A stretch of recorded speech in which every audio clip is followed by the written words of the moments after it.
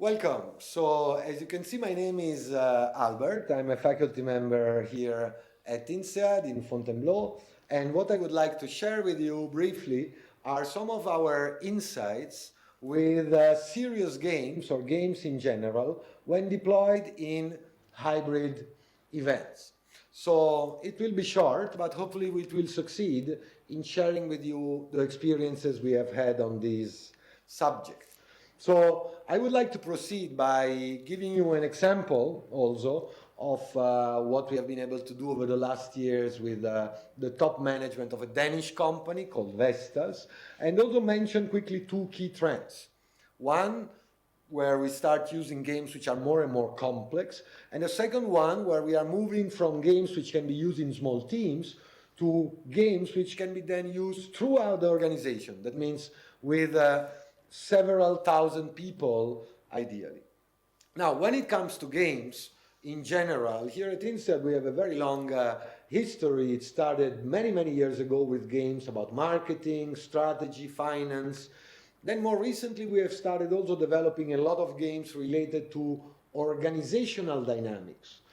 For instance, we have today a lot of games related to the challenge of change in organization, or of having more people involved in innovation, or the challenge of making the organization more collaborative, exploiting also some of the latest technologies, as well as a number of simulations addressing the leadership characteristic. And also recently there was a lot of demand on crisis management, so we have a number of games which are addressing these.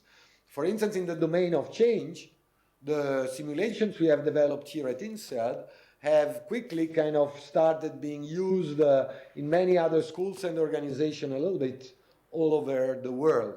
And this is also to say games in this case are a successful, effective pedagogical approach. In many of these top universities, they use simulations rather than lectures, not because it is more fun, but because they find it, as they are experiential, a more effective way of having people understand a number of concepts and then apply them in reality.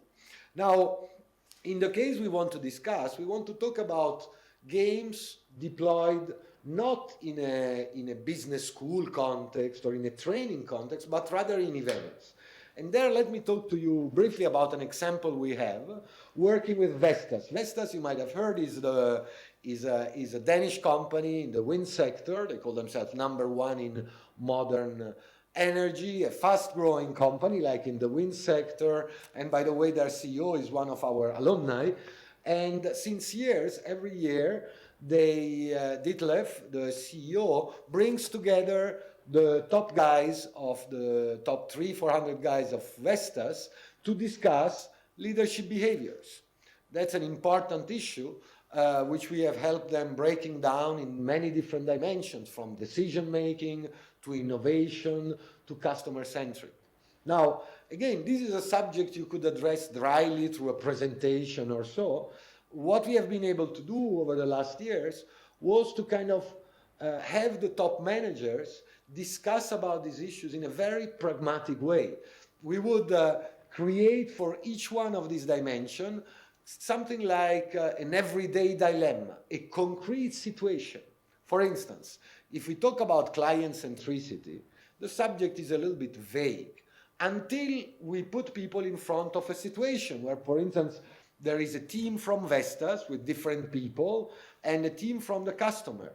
And we are witnessing what is going on in this meeting. Now, straight away we can ask ourselves, are these guys operating in a client-centric way? Are they perhaps going too far? What is the limit of client centricity? You see, putting a concept like client centricity is also innovation, and so in a very concrete situation, forces people to think about behaviors, to really understand what is behind this concept. And that's what we have done very successfully over the last year in their top management meetings.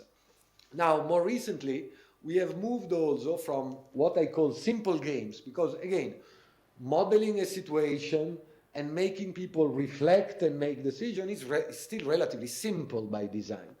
Now, more recently, we have developed games which are much more complex.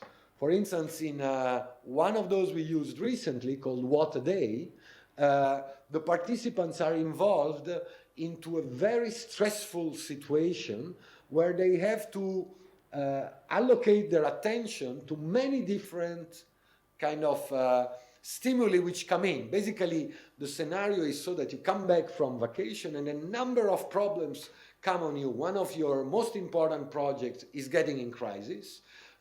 Your collaborators are starting to fight with each other. They don't like each other anymore, or they want to leave if the other doesn't leave, you know, this type of people-related issues. And second, there is a big customer who would like to have finally a proposal, but he wants it by tomorrow. So again, a situation like this, where for 35 minutes you have to act, talk with people, receive emails, handle a lot of information.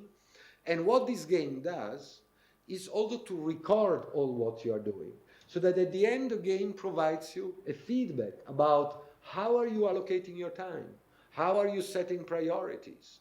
And this might be different from how you believe. You see, this game helps you better understanding, for instance, which are the different facets of a leader, in this case at Vestas. Somebody who is able to get things ahead, because that's the vision thing, the important dimension, but also to get along. That means manage all the people involved. You see, for instance, in this game, if people request you for a meeting or so and you don't have the time or you don't go, their motivation goes down. You have to manage something like 15 people. And if one of them gets demotivated, this demotivation might spread to others, and then suddenly nothing moves anymore. So you have also to take very much into consideration the people aspect, and at the same time, you also have to make sure that things get done. And it's not just that we say, yes, we will do it, but then nothing happens. So you are also in charge. So basically, this was to kind of just share with you, with this experience, how the use of games in these events is, first of all, making the events much more interactive, much more relevant. What at the end is produced is a set of clear guidelines and actions, because we will have thought about very concrete issues which are modeled in the game. And in general terms, my summary slide is that, again, games can help big events to really become an experience for the whole organization, where you start talking about very critical issues.